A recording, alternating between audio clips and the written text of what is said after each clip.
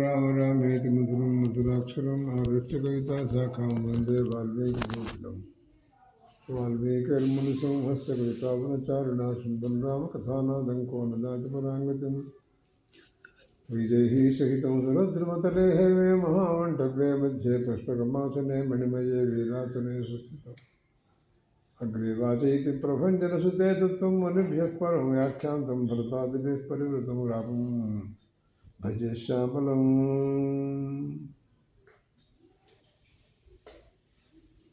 కళ్యాణానంతరం సుమారు 12 సంవత్సరముల వరకు అయోధ్యలో సీతారాములు సుఖంగా కాలం గడిపారు.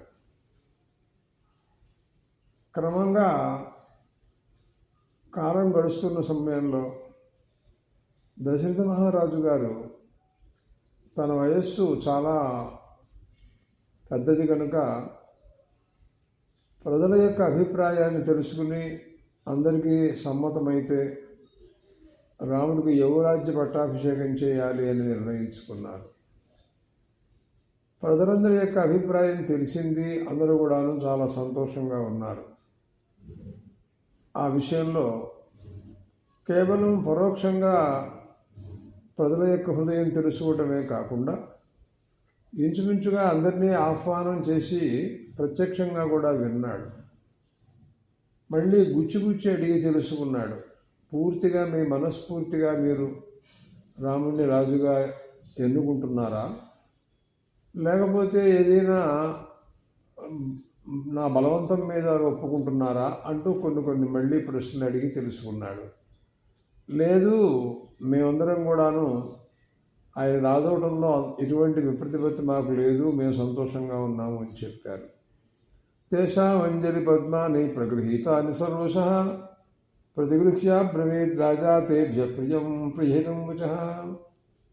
ఈ రకంగా ప్రజల నుండి, సామంతరాజుల దగ్గర నుంచి, పౌరజనుల నుండి, ఇంట్లో అందరి దగ్గర నుంచి కూడాను రాముడే రాజు అనేటటువంటి విషయంలో ఐకమత్యాన్ని తెలుసుకున్నటువంటి వాడై అహోస్మి పరమ ప్రీత ప్రభావశ్చ అతులోపమా యన్మే జ్యేష్ఠం ప్రియం పుత్రం యువరాజ్యస్థమిచ్చత.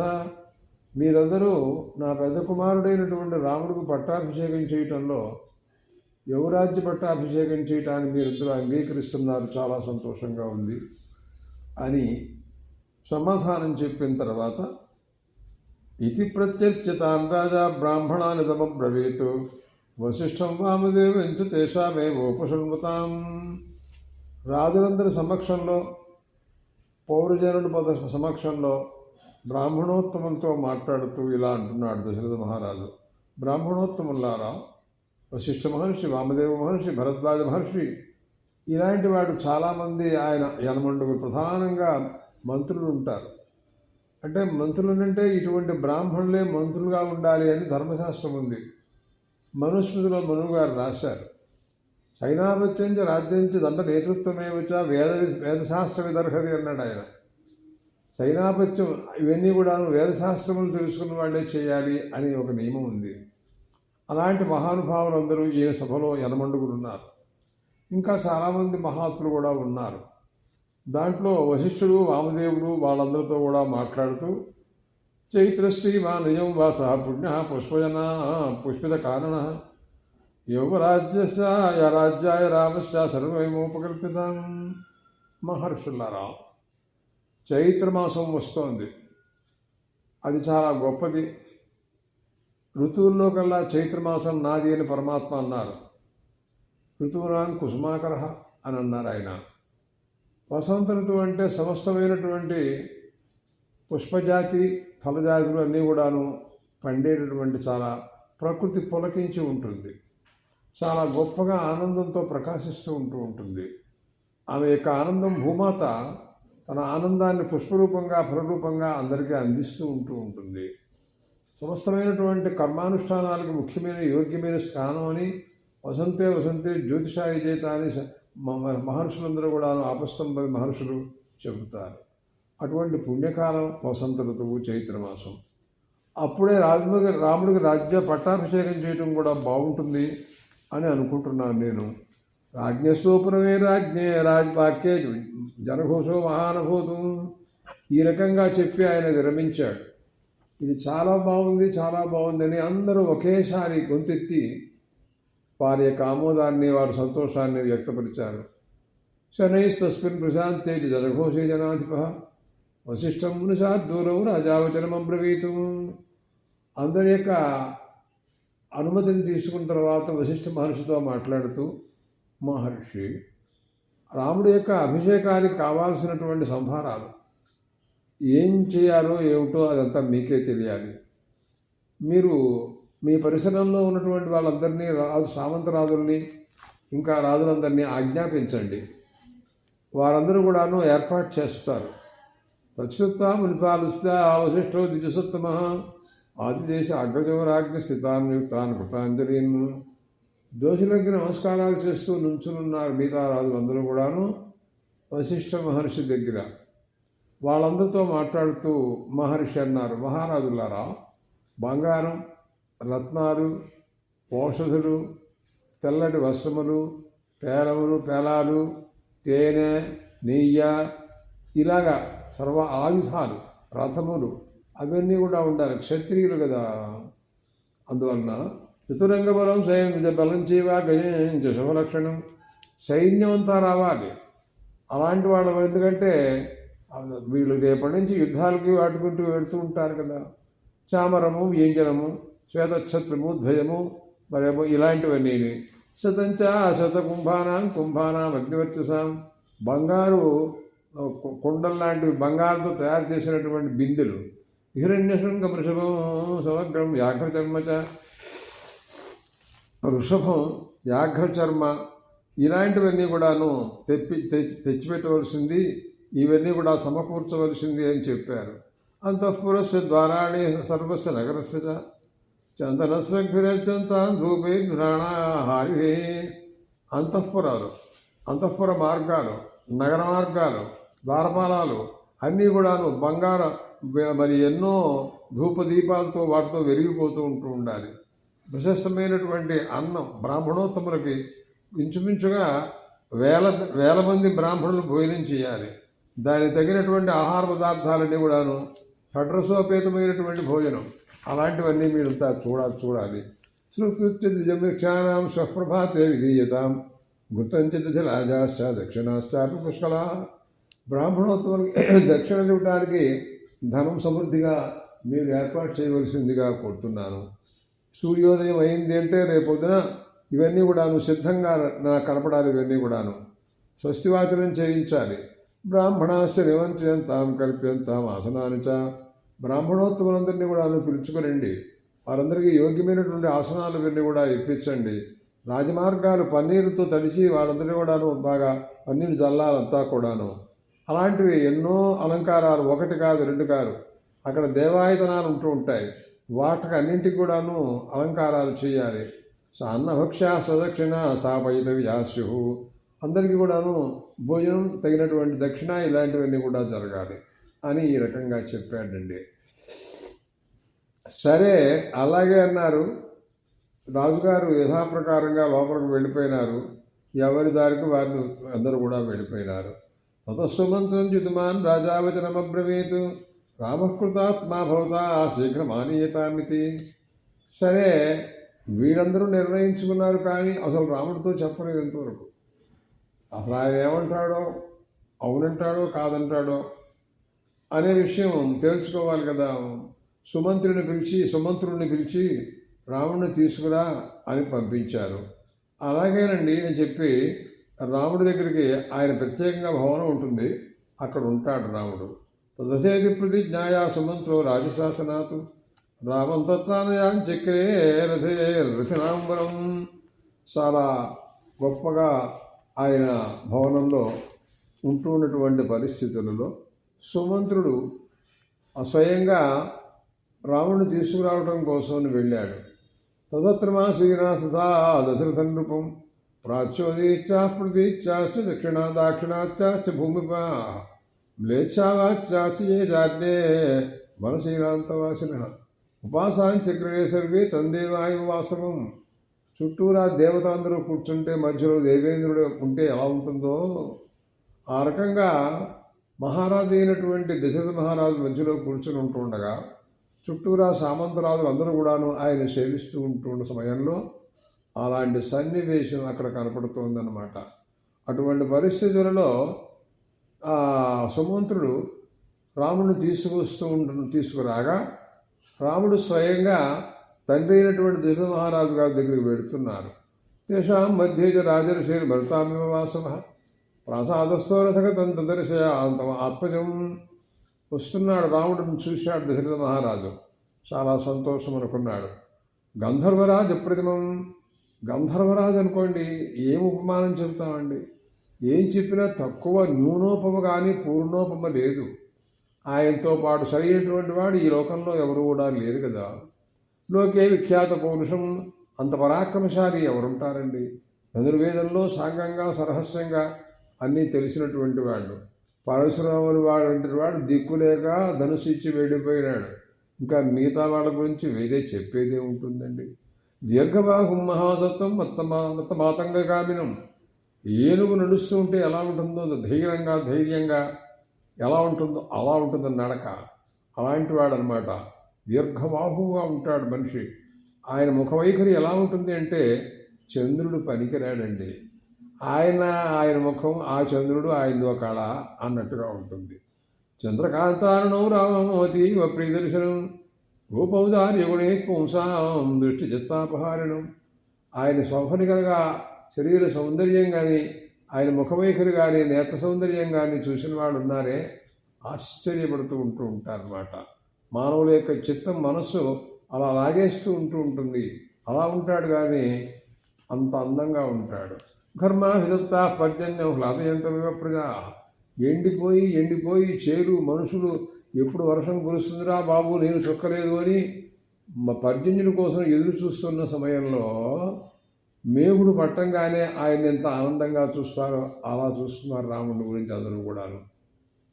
ఎక్కడ ఎంతసేపు చూసినా కూడా తృప్తి లేదు. ఆ మనిషిని అలా చూస్తూనే ఉంటారు. అవతారి సుమంతస్థం రాఘవం చందనోత్తమత్వం చేయిపుచ్చుకొని ఆయన్ని అర్థం నుంచి గౌరవంగా మర్యాదగా సుమంత్రుడు దింపాడు. తండ్రి సమీపంలోకి వస్తున్నాడు. దోషులకి నమస్కారం చేస్తున్నాడు. ఆ వెనకాల పక్క నుంచే సుమంత్రుడు కూడా రాముడిని అనుసరిస్తున్నాడు. సుతం కైలాసృంగావం ప్రాసాదం నృపుంగవ మదనపుంగవ ఆరోహ నృపం దృష్టం సై సూతేరు రాఘవ. ఆయన యొక్క ఆ దశరథ మహారాజు గారు మేడ ఎలా ఉందో తెలుసా? అది కైలాస పర్వతమా? అది ఎట్లా ఉంది అంటే చెప్పలేం మనం. దాంట్లో ఉన్నాడు, ఆయన దగ్గరికి వస్తున్నాడు. దోషులకి నమస్కారాలు పెట్టుకుంటూ తండ్రికి నమస్కారం చేసి, నేను రాముణ్ణి, రామవర్మ అహం అస్మి హో అని అంటూ నామసంశ్రామయావాస రామో వందే పితల చర్ణో పిదుహు.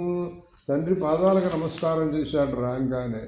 తదృష్ట్యా ప్రణతం పార్శ్వే కృతాంజలి పునృప ప్రగృహ్యాంజలో ప్రగృహ్యా సుజే ప్రియమాత్మజం. కౌగలించుకున్నాడు, ఆనందపడ్డాడు, ఎంతో సంతోషించాడు. తన కుమారుని చూస్తుంటే ఆయన అంత ఆనందం. అటువంటి వాడు మామూలుగా సాక్షాత్ భగవాను మహావిష్ణువు కదండి ఆయన. మణికాంచన భూషితం దేశరాజాల రుచిరం రామాయ పరమాసనం. నానా వచ్చి కూర్చో అని చెప్పి ఒక దివ్యమంగళమైనటువంటి ఆసనం అండి అది. మండ్లతో వజ్రాలతో వైడూర్యాలతో బంగారంతో మెరిసిపోతూ ఉండే ఆసనం ఉంది ఇక్కడ. దాని మీద కూర్చోమన్నాడు. సరే కూర్చున్నాడు. అది ఒక మేరు పర్వతం అనుకుంటే దాంట్లో కూర్చున్నటువంటి ఈయన కూడా అంతకంటే మేరు పర్వతమా లేకపోతే సూర్యభగవానుడా తెలియదు మనం ఏమని వర్ణించేటట్టు. అలంకార శాస్త్రంలో ఉపమానాన్ని గురించి చెప్పడానికి కూడా వీల్లేదే.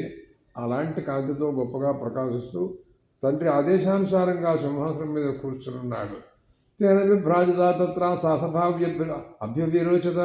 ఎలా ఉందంటే ఆయన కూర్చున్న తర్వాత సభంతా ఎంతో గొప్పగా ప్రకాశిస్తుందండి. ఎలా ఉంటుంది? అంతరిక్షలోకంలో అనేక నక్షత్రాలు ఉంటాయి. ఎన్ని ఉంటే ఏం లాభం అండి.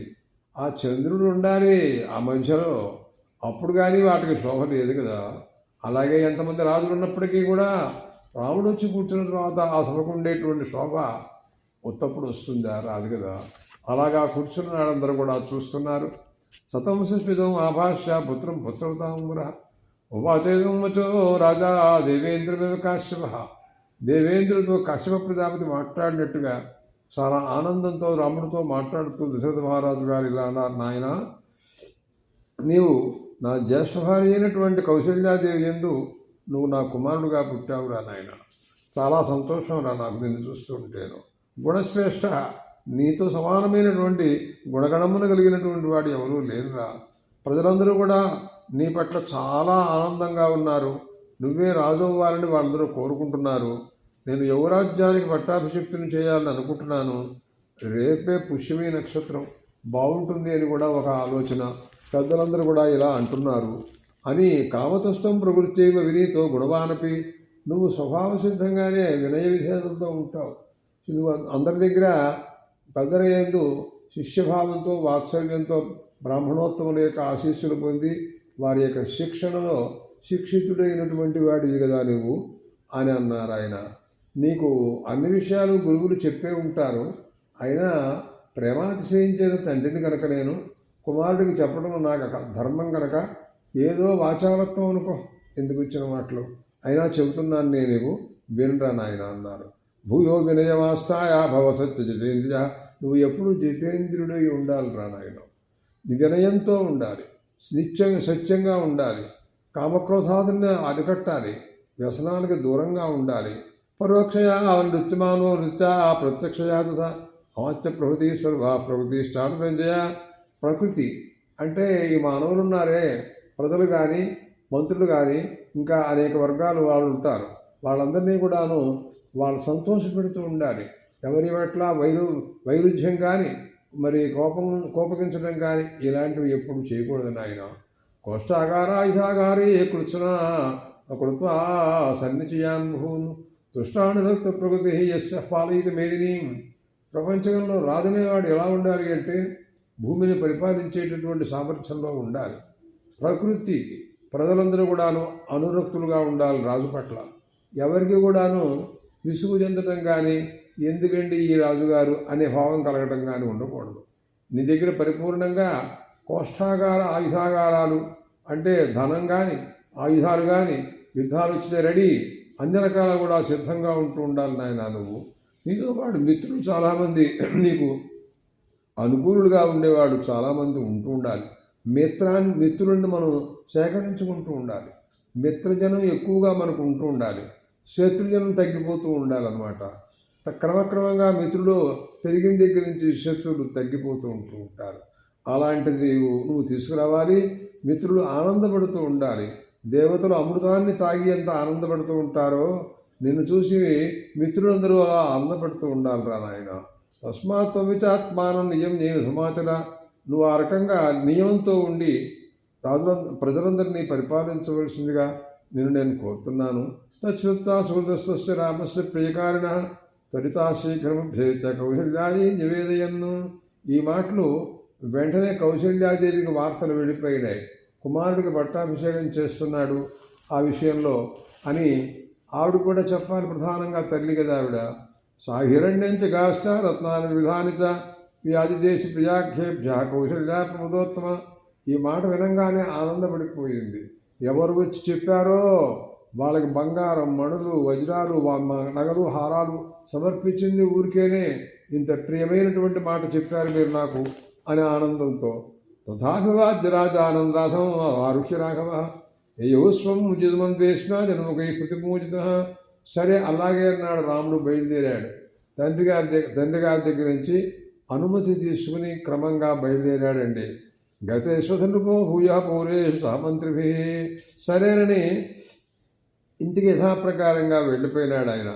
పట్టాభిషేకం అది పునర్వసు నక్షత్రం ఇవాళ, రేపు పుష్యమి నక్షత్రం తప్పకుండా జరుగుతుంది అని అందరూ కూడాను ఈ రకంగా ఎంతో ఆనందంతో ఉన్నారు, ఉత్సాహంతో ఉన్నారు. స్వేవ పుష్యో భవిత యువరాజ్యాభిషక్తులవుతాడు రాముడు అనేటటువంటి విషయం అన్నమాట. అథాంతర్గృహమావిశ్య రాజా దశరథ సూతమామంత్రయామాసా రాగం పుదరిహానయ. ఇంట్లోకి వెళ్ళాడు. గురువుగారు మామూలుగా వశిష్ఠ మహర్షి, జాబాల మహర్షి వాళ్ళు కూడా ఎవరి వాళ్ళకి వెళ్ళారు. సుమంత్రుడిని మళ్ళీ పిలిచాడు దశరథ మహారాజు. రాముడిని ఒకసారి మళ్ళీ తీసుకురా అన్నాడు. ఇదేంటండి ఇప్పుడేగా వచ్చి వెళ్ళాడు, మళ్ళీ తీసుకురమ్మంటాడేమిటో తెలియదు. కాదంటారు రాజాజ్ఞ, ఆయన గురించి ఎవరేమనగలరు. సరే అలాగేనండి అన్నాడు. సరే నాయన తొందరగా వెళ్ళు. ప్రతికృష్టి చేసేద్వాక్యం ద్వారస్థి రాజితో రామాలస్య రామాయాగమం పునః.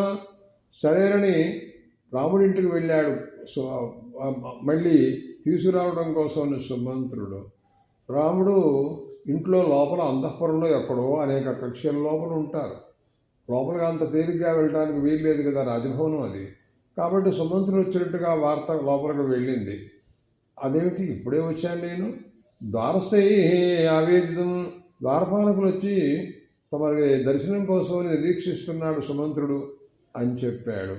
ఈ మాటలు వినేటప్పటికల్లా ఆయన ఎందుకు ఇలాగా వచ్చాడో అర్థం కావట్లేదే అని అనుకును ఈ సుమంత్రుడు లోపలికి వచ్చిన తర్వాత అన్నీ చెప్పాడు. ఉపాచన సూతో రాజా తాను దృష్టిమిచ్చి. అప్పుడు ఈయనకి ఒక అనుమానం కూడా తగిలింది. ఇప్పుడే నేను వచ్చాను, మళ్ళీ రావడంలో ఏమిటి ఉద్దేశం అనేటటువంటి ఆలోచన. తర్వాత మాట్లాడుతూ, సరే అలాగే వస్తున్నాను, నాన్నగారి యొక్క ఆజ్ఞ కదా, అలాగే వస్తున్నాను అన్నాడు. వెళ్ళాడండి. ప్రణవంతం సముత్థాప్య తం పరిసృజ్య భూమిప ప్రతిష్ఠాస్మై రుచిరం ఆసనం పునరబ్రవీతం. కూర్చోమన్నాడు, ఆసనం సింహాసనం మీద కూర్చోమన్నాడు. తను కూర్చున్నాడు. నాయనా నీ కొన్ని విషయాలు చూద్దామని పిలిచాను రా అన్నాడు. ఏమిటి అన్నగారు అన్నాడు.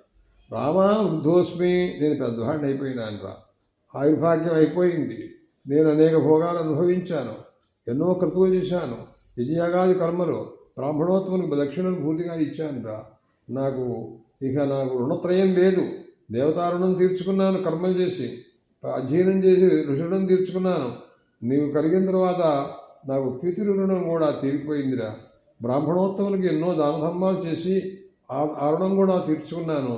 నేను స్వయంగా అనుభవించవలసినటువంటి సుఖాలన్నీ అనుభవించాను. ఆ రకంగా కూడా నాకు ఎటువంటి లోటు ఏం లేదురా. దత్తమిష్టమధి తంచమయ పురుషదత్తమ, దానాలు యాగాలు అధ్యయనాలు అన్నీ అయిపోయినాయి. అనుభూతాన్ని జ్యేష్ఠాన్ని ఇమయా వీరముఖాన్యపి సుఖాన్యపి దేవ ఋషి పితృ విప్రాణం అనునోస్మి. బ్రాహ్మణులకు నేను రుణం లేను, పితృదేవతలకు రుణం లేను, దేవతలకు రుణం లేను, ఎవరికీ రుణం లేను. నకించిన్మమ కర్తవ్యం తవాత్ర అన్యత్రాభిషేచనాత్.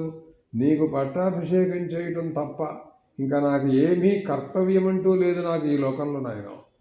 అతోయత్వామహం బ్రూయాం యన్మే త్వం కర్తుమర్హసి. కాబట్టి నీకు నేను పట్టాభిషేకం చేయాలని అనుకుంటున్నాను. పౌరులందరూ కూడా జనులందరూ కూడాను నువ్వే రాజు, నువ్వే రాజు, నీ పట్ల ఎంతో అభిమానం ప్రీతి వాళ్ళందరూ కూడా చూపిస్తున్నారు. అవన్నీ కూడాను నేను వింటున్నాను. నేను అభిచార్యాను. అయితే చెప్పావు కదా ఇంతకుముందు, మళ్ళీ ఈ మాటల్ని మళ్ళీ చెబుతున్నావేమిటి అని అనుకుంటాడు రాముడు. కొంచెం చాదస్తం, వార్ధక్యం, ముసలాడు కదా, ఏదో వాగింది మళ్ళీ వాగుతుంటాడులే అని ఆయనకి తెలుసు. సరే ఏదో ఊరుకున్నాడు. ఈలోగా మళ్ళీ మాట్లాడుతూ అన్నాడు, రామా నాకు స్వప్నం వచ్చింది, దాంట్లో భయంకరమైనటువంటి దుస్వప్నం కనపడుతున్నాయి నాకు. సుదీర్ఘ తా దివోల్కతాపద అని అక్కడి నుంచి అశుభ సూచకాలు మాట్లాడుతున్నాడండి. ఏదో అశనిపాతం కింద పడ్డట్టు, అక్కడి నుంచి ఏదో నల్లటి స్త్రీ పరుషంగా జరిగినట్టు ఏవో చెప్పటానికి వీలైన విషయాలు చెప్తున్నాడు. అబ్ద అపష్టబంచర్మే రామ నక్షత్రం దారుణైర్గ్రహే. ఆ నక్షత్రాలని కూడాను కొన్ని గ్రహాలతో ఏదో ఆక్రమించుకున్నట్టు కొంచెం అదంతా భయంకరమైనటువంటి విషయాలు. జ్యోతిషాస్త్ర రీత్యా అవన్నీ కూడా తప్పంటారు వాళ్ళు. ప్రాయేణ నిమిత్తానా విదుషానాం సముద్భవే. ఇలాంటి నిమిత్తాలు కనబడ్డట్టయితే రాజు మరణిస్తాడు అని ధర్మశాస్త్రాలు జ్యోతిషాస్త్రజ్ఞులు చెప్పే మాటలు నాయన. నేను ఎంతవరకు ప్రాణాన్ని విడిచిపెట్టకుండా ఉంటానో ఈలోపే నాకు నీకు పట్టాభిషేకం చేయాలని చూస్తోంది నా మనసు. తహతహలాడిపోతోంది నాయన. ప్రాణం ఎప్పుడు ఉంటుందో ఎప్పుడు పోతుందో తెలియదు కదా. మానవులకి ప్రాణినాం చలాత్మతి. పైగా ఇంకొకటి, బుద్ధి కూడా క్షణం విత్తం క్షణం చిత్తం క్షణం జీవితం అవయో యమస్య కరుణానాస్తి ధర్మస్య త్వరితాగతి అన్నారండి. క్షణం చిత్తం, ఆ మనస్సు ఎంతసేపు ఉంటుంది, క్షణకాలంలో మారిపోతూ ఉంటుంది. క్షణం విత్తం, డబ్బు కూడా అటువంటిదే, ఉండొచ్చు పోవచ్చు. క్షణం జీవితమావయో, ఇప్పుడున్నామంటే ఇంకో క్షణంలో మనం జీవిస్తామో లేదు అంటే నమ్మకం లేదు కదా. యముడికి దయలేదు, యమస్య కరుణానాస్తి ధర్మస్య త్వరితాగతి అన్నాడు ఒక ఆయన. కాబట్టి ఎంత తొందరగా నువ్వు ధర్మం చేస్తే ఇంత చేసుకోరా అని అందరూ చెబుతూ ఉంటారు. కాబట్టి నాయన నా పరిస్థితి ఇలా ఉంది, అద్యా చంద్రోభ్యుపగత పుష్యాత్ పునర్వసు. ఈ రోజున పునర్వసు నక్షత్రం తెల్లవారితే పుష్యం వస్తుందిరా నాయన. ఆ పుష్యయోగం అనేటటువంటి చాలా గొప్పదని సిద్ధాంతులందరూ కూడా చెప్పారు. తతఃపుష్యాభిషించస్వ మనోహతరైతీమాం. ఎప్పుడు తెల్లవారుతుందా, పుష్యం ఎప్పుడు వస్తుందా, ఎప్పుడు నీకు పట్టాభిషేకం చేస్తానా అని తహతహలాడిపోతున్నాను, చూస్తున్నాను నాయన. యతయా ఆద్య ప్రభుత్వమే నిశ్చయం నీతాత్మన. ఈరోజు నువ్వు నియమ ప్రకారంగా ఉపవాసం చేసి నీవు నీ భార్య దీక్ష తీసుకున్నట్టుగా ఉండాలిరా. నియమాలు అన్నీ చెప్తారు, గురువుగారు చెప్తారు, నువ్వు అవన్నీ కూడా చేయాల్సి ఉంటుంది అని కూడా చెప్పడం కోసం పిలిచాడనమాట. సహవద్వా ఉపవస్తవ్య. దర్భల మీద పడుకోవాలి భార్య నువ్వు, ఇద్దరు కూడాను నియమంలో ఉండాలి. సుహృదశ్చ ప్రమత్తాశ్చ త్వాం రక్షంతే ఆద్య సమంతత. నీ చుట్టూరా నీ స్నేహితులు మిగతా వాళ్ళందరూ నేను రక్షించడం కోసం భటులందరూ సిద్ధంగా ఉంటారు ఎప్పుడూ కూడాను. నీకు ఎటువంటి విఘ్నాలు లేకుండా అందరూ కూడా కాపలా కాస్తూ ఉంటారు. మిగతా భటులందరూ కూడా కాస్తూ ఉంటారు నాయన. మరొక విషయం కూడా చెబుతున్నాను నేను. భరతుడు ప్రస్తుతం మేనమామ ఇంట్లో ఉన్నాడు. వాడు ఈ విషయం తెలియకుండా వాడు వచ్చే లోపల పట్టాభిషేకం అయిపోవాలన్నాడు. ఇదేమిటండి, తన కొడుకులు ఆయనకి పడదలేమని చూస్తేను. నలుగురు కొడుకులే కదా, జ్యేష్ఠ కుమారుడైతే కావచ్చు. అంత మాత్రం చేత మరి భరతుడి ఎందు ఇలాంటి దేశభావం. అసలు మరి రాముడికి పట్టాభిషేకం చేస్తున్నాడు అంటే భరతుడు చూడొద్దు?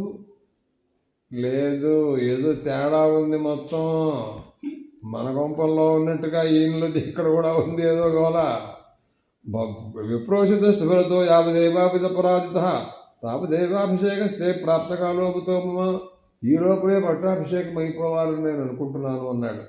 ఏమండి, ఎందుకోసమని ఇలా అనుకుంటున్నాడు అని కొంతమంది వ్యాఖ్యాతలు కింద రాస్తూ, కైకేయిని వివాహం చేసుకున్నాడు.